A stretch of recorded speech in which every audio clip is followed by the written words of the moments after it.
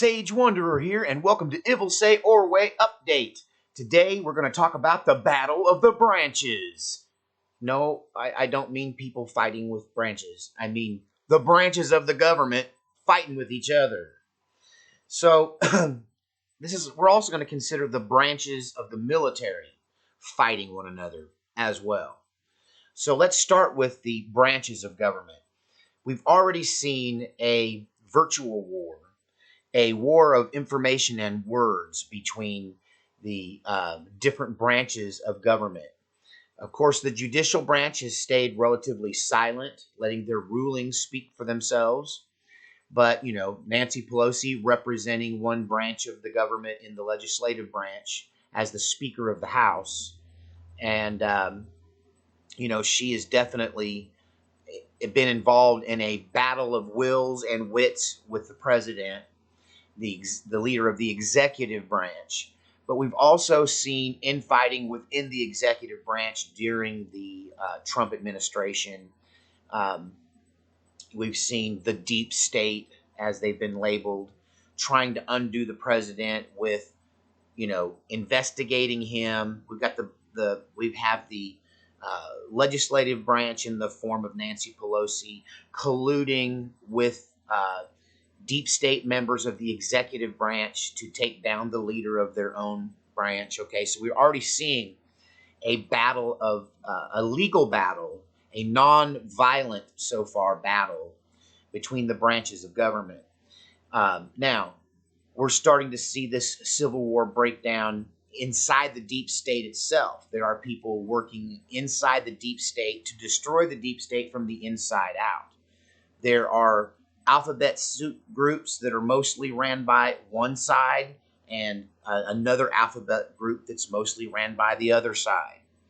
And this can be seen through the information war, but right after the inauguration or right before the inauguration of Donald Trump back in 2016, there's an interesting story that kind of disappeared off the radar that I covered briefly on this channel, of reports of a running gun battle in New York City to control an information hub known to be used by the NSA and the CIA to spy on people using AT&T equipment. So they were basically spying on AT&T cell phone data, and they had a room designated for that use with all of the equipment that was leased to them inside of a mysterious AT&T, almost Cold War era industrial looking building in New York.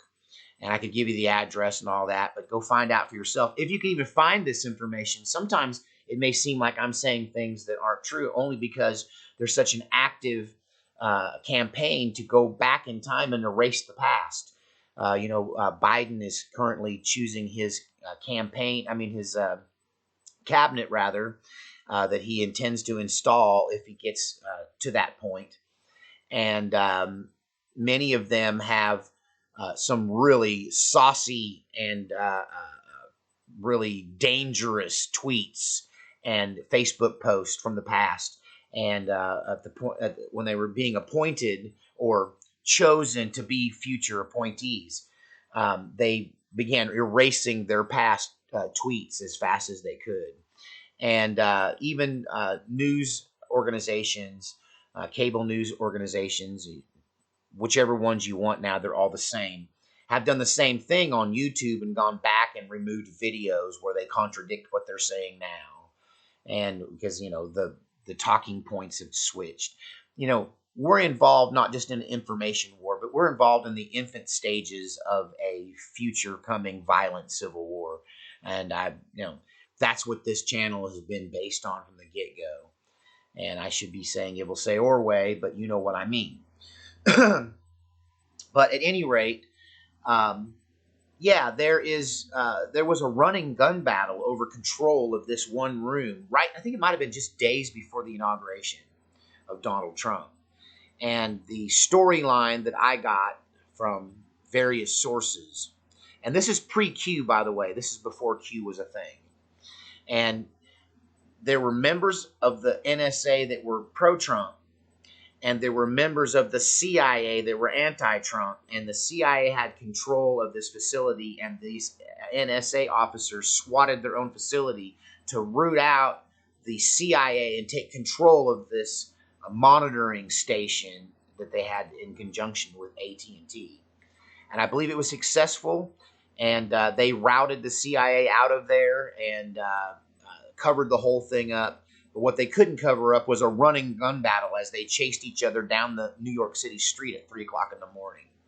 So we've already had shots fired even before Trump was president. That the fact of the matter is we have a corrupt core inside of the United States government. Everybody knows that. That's kind of what the black pillars are all about, people that are black pilled. They see the corruption on both sides. I personally believe that the Democrat Party is completely sold out to the devil and that they're still good in the Republican Party. But I'm black-pilled enough to admit that, the Bushes were rotten.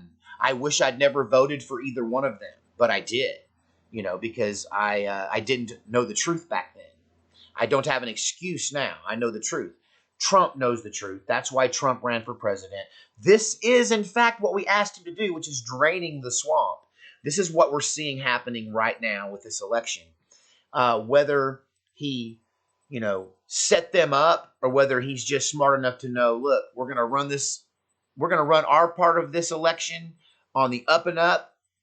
And at the same time, we're going to keep our eyes peeled because we think they're going to cheat and they're going to use the CV for the cover. And that's what they've done, right? And so now you're going to see the division within the United States government itself widening as now we have a pardoned General Flynn calling for President Trump to just remain in the White House until we can get to the bottom of what happened with the election, until the truth comes out about it, and until we can have a new, I would say, blue thumb election.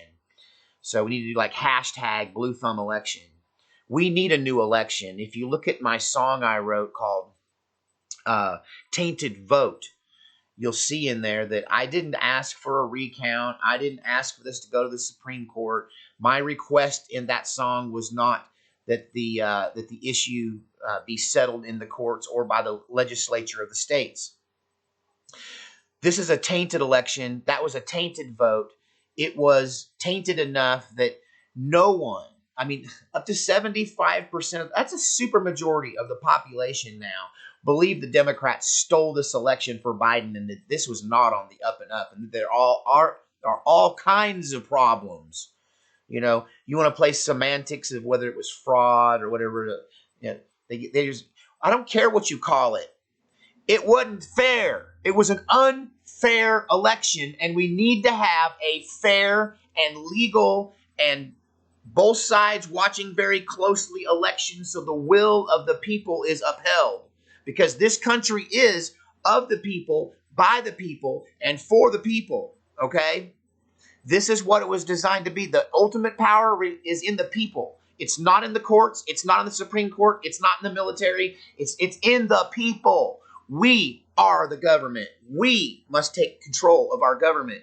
If we, the people, 75% of us believe that there is no, that this election was stolen and it was an unfair and unregulated election, it doesn't really matter what the courts say. It doesn't really, Mr. Biden, if you really want to run this country, be the president of the United States, you need to join Trump in asking for a new and fair election. Because if you just intend to gaslight 75% of the people of this country into believing that you were rightfully elected and the numbers are all fine, that we should ignore those hundreds of thousand vote dumps that caused that signature spike in the voting that you see is recognized by our own experts in foreign affairs to be a signature of of election tampering. It's not voter fraud, it's election tampering by the election officials.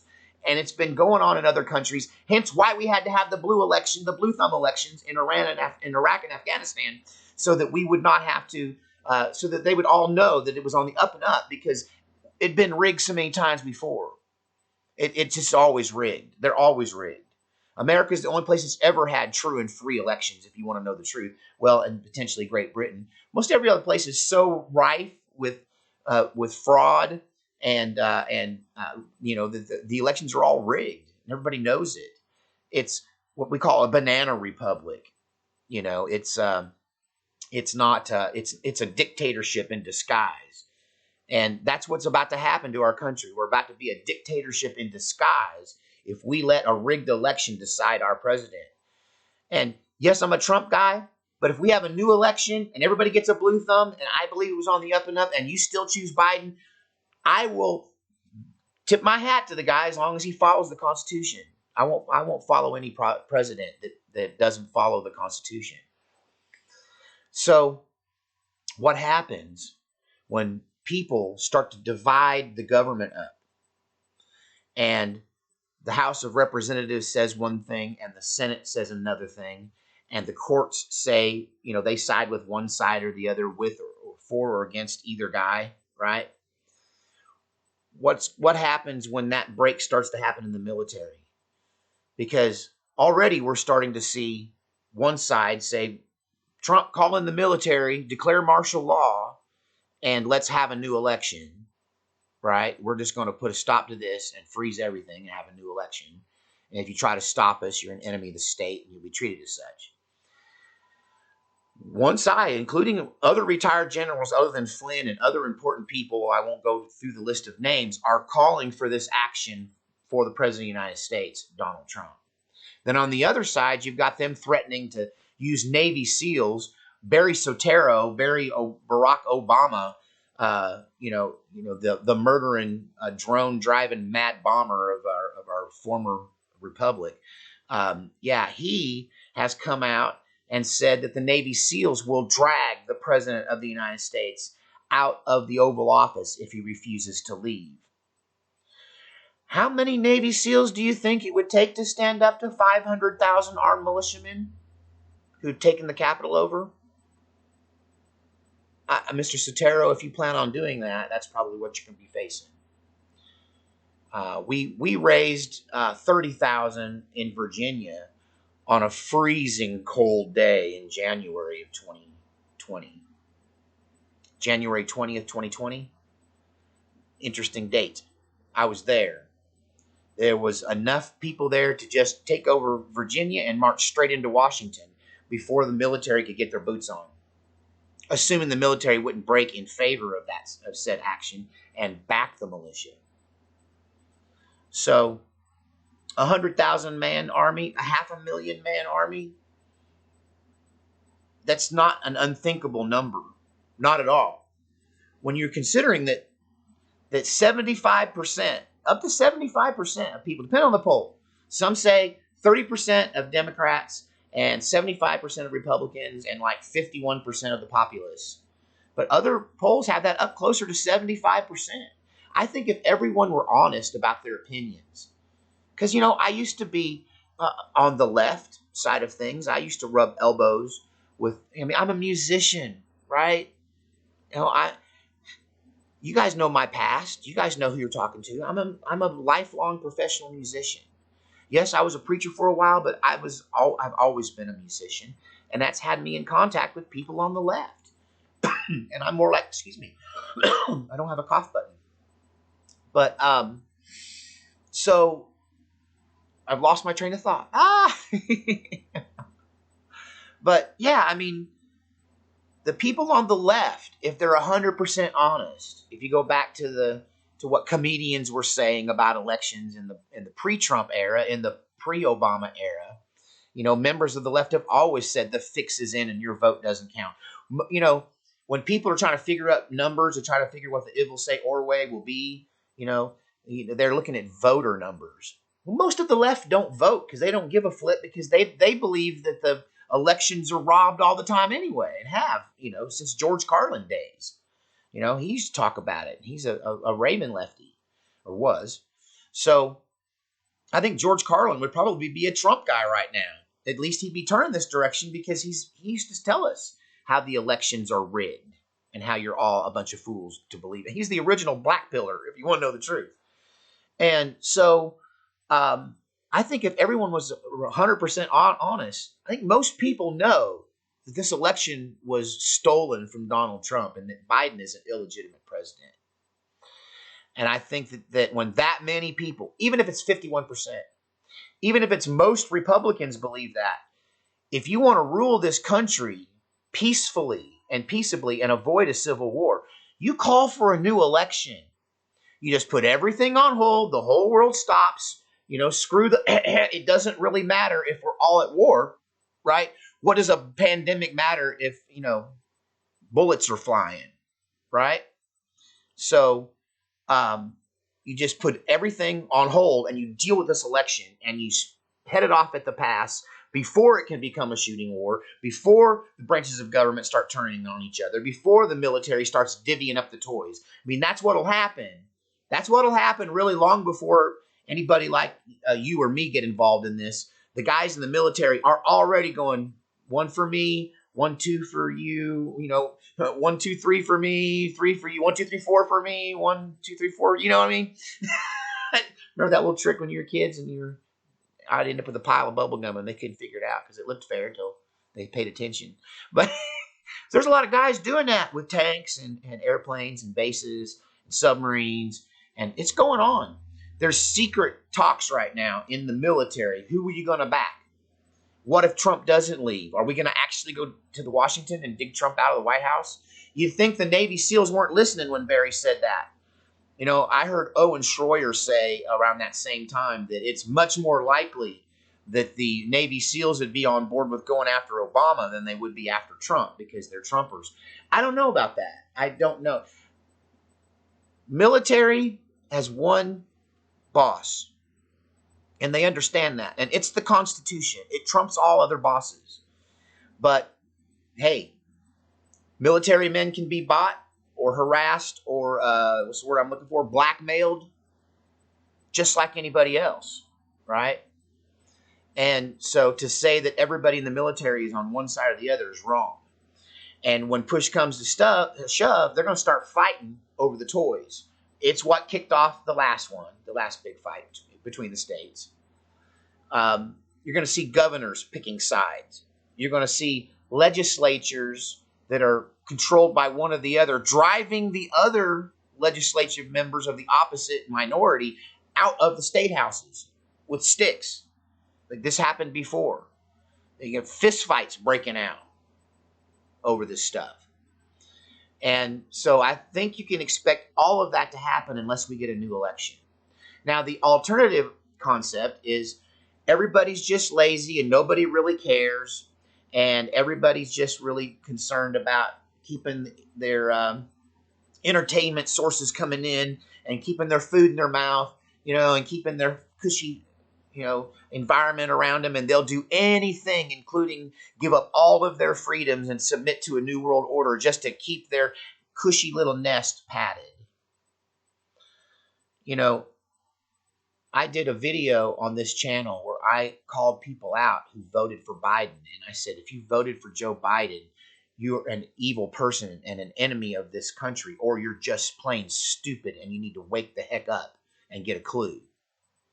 And I lost 200 subscribers in one day.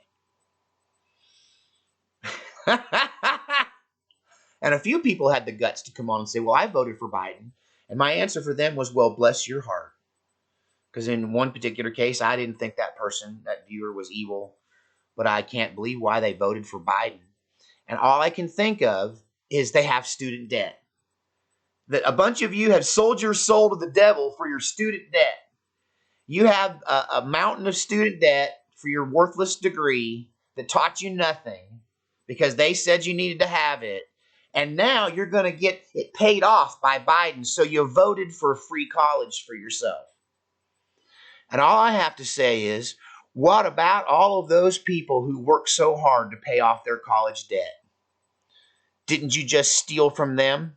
Shouldn't they be refunded for their good behavior of repaying their debts before these other people, these other four-flushers, have, before they get their debt forgiven? Don't you think we should pay back all of those people who hold degrees that they worked their tails off to pay for? Not a fair election. not a fair government. Their side's completely unfair and biased towards their own way of seeing things.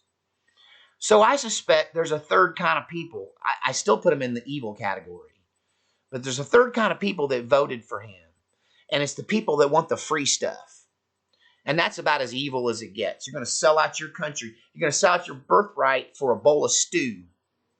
Recognize that story from the Bible? You're going to sell your soul for the ability to play the guitar at the crossroads. You're going to take the deal with the devil on the mountain, and he shows you the whole world. He's going to give you the whole world. But you're going to sell it out.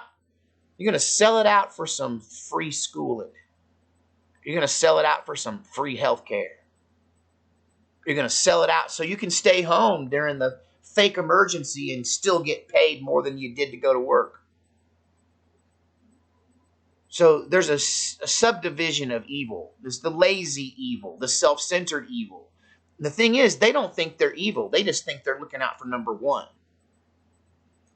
So I urge all of you who are like that, who voted for Biden, to get off my channel. We're drawing a line in the sand here. We're about to go to blows over this. If you're so stupid you voted for Biden, you don't belong in this channel. If you're so evil that you voted for Biden, get away from me, get behind me, Satan. If you're so self-centered and selfish that you voted for free stuff at the cost of our America, shame on you. You should be punished. You should get neither freedom nor security. You deserve neither. Back to the division that may be coming our way. So you could see National Guards from one state lining up on the border to protect itself from being invaded by National Guards from the other state. You know, God sent me here to Oklahoma. People say, why'd you move, Sage? It happened to me. I had a rich man make me an offer I couldn't refuse, and I had a person who was dying to sell a piece of property at below market value, and so I took it and made the move. Purely for self-defense purposes, just self-preservation purposes. But it just all lined out like it happened to me, okay? And I think one of the reasons that I was moved here is because this is, I think, the reddest state in America. 86% of the voters of the state of Oklahoma voted for Donald Trump for president this last time. 86%. You know, there's a couple of little towns, and mainly around the courthouses of the county seats in each county, you'll run across an occasional Biden sign in the window. You know, leftist politicians trying to take over small towns is what I think it probably is. But I'm surrounded by like-minded people, right? I don't know about the people to the north of us. The people to the northwest of us are definitely in enemy territory, but we have a stronghold of Colorado Springs between us and them. I feel like God moved me here because it's strategic and he's protecting me. Because if you watch this channel, you know one thing that's always true. God takes care of me. So when God made the door open to move me to Oklahoma, I just went. So it could be that governors declare war on each other. It could be that they may use the pandemic to close borders and prevent people from, say, going from Oklahoma or from Texas, you know, or from any place else to Washington, D.C. to protect our president, to support him, make it impossible for us to travel through their states without having to go to battle with each state police or National Guard group as we progress towards our own capital. I mean, there's a lot of things that could happen here. I will tell you this. The military isn't going to break one way or the other. People talk about the military like it's one thing. The military is the people. Let's get that straight. The military are the people. So if 75% of the people, even if 70, and most of the military are Republicans, a lot of them are, right? They got to believe that the election's rigged, and they may break completely for Donald Trump, but that's not all of them. And the most powerful ones are the ones that are on the other side. The ones that the general level and above, you know, the lieutenant general and above. There's nothing higher than general. No, there's many levels of general, okay? It depends on each branch. But we'll just say full bird colonel and up, they're just as likely to be on the other side as they are to be on our side if any kind of division happens. And each branch is not equal. I think the Navy is probably more left-leaning than the Marine Corps, even though technically the Marine Corps, people hate it when I say this, Marines don't get mad, but still on paper to this day, the Marine Corps is a subdivision of the United States Navy. They are the fighters that accompany the Navy into battle.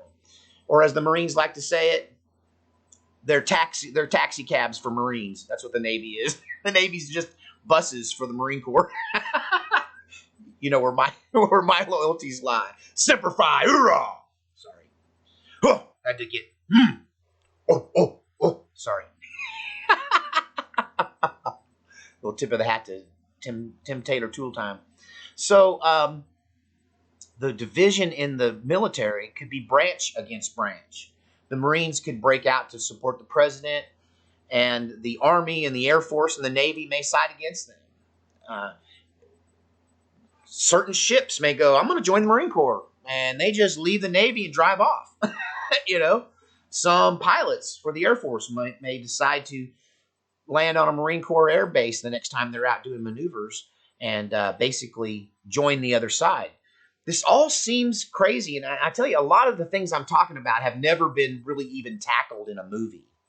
That this would make a great motion picture, and I don't know why anybody hasn't done one on what a modern civil war might look like. I've seen a few communist takeovers and a few blitzkrieg kind of, sudden movement of troop takeovers, and everybody goes and submits. But I've never seen a real grinded out where they start splitting up the toys, and there's nuclear weapons of out there that are up for grabs if stuff like this starts going down. And if it doesn't look like somebody is in control of our military, if one person doesn't rise up and go, look, I've got all the nukes, I've got all the ships, they're under my control, right? If somebody doesn't emerge like that, then you better believe it that other countries in Europe are going to get involved. For their own protection, they have to. It's why we get involved in places like Iran and Syria, is because they have powerful weapons and we don't want them loose on the market, right? So what would they, France, Germany, England, what would their reaction be to the United States splintering and our nukes kind of being up for grabs? Something like this kind of happened in Russia. It's why the Soviet Union failed. It was a bloodless coup in Russia. But more importantly, I think it was just an abandonment of communism because, it just doesn't work. Communists end up starving to death, man. They end up with an oligarchy running everything and getting fat and happy, and all the people looking like scarecrows and living in mud huts. It's just, communism doesn't pay. And so that's what put it into communism, I think. That and our sanctions, and we outspent them on the Cold War. We outproduced them because capitalism is superior financially to communism. So, but when that broke up, there was a lot of international spy work going into making sure that those generals that were selling plutonium got interrupted and intercepted, and that the organizations that tried to buy it got snuffed out. But even then, if there's a movie, I think it's called Warlord. It has Nicolas Cage in it, and he's an arms dealer. I think that's the movie with Nicolas Cage, is an arms dealer. And his big deal is he finds an Eastern European, when they broke up the Soviet Union, there was a lot of civil wars, like in Bosnia, Herzegovina, and all this. And there was silent coups and takeovers. And so there was a former Soviet general, and I think it was in the Ukraine, who had a warehouse full of AK-47s and all of the ammunition to go with them. And this guy was able to buy them from this general who was hoarding them. But trust me, our spies and all of the spies of the Western world were working overtime to make those kinds of transactions not happen. So I can see that the spy networks are already mobilized and probably stalking our military facilities, watching them, spying on us to make sure that, these things don't fall into the hands of extremists or that they don't get sold off to the highest bidder. And, the destabilization of the United States will be the biggest crisis the world has ever seen. So I think the investment in a new election is probably warranted here, guys. I mean, Biden, I'm asking you for the sense of peace to get on board. You once said, you stupid gun owners don't understand. You're going to need more than a rifle to hold off the United States government. You're going to need an F-16. Mr. Biden, we have the keys to the F-16s. You should have a new election. Do you understand? The military is not going to back your bogus banana republic grab for power by cheating in this election. If you want peace, if you'd like to be the president, if you'd like this great country, this great eagle to continue to fly, if you would like to see the stars and stripes fly on for another 100 years, you better authorize a new election, step down from this gaslighting, and recognize the fraud. God save our republic.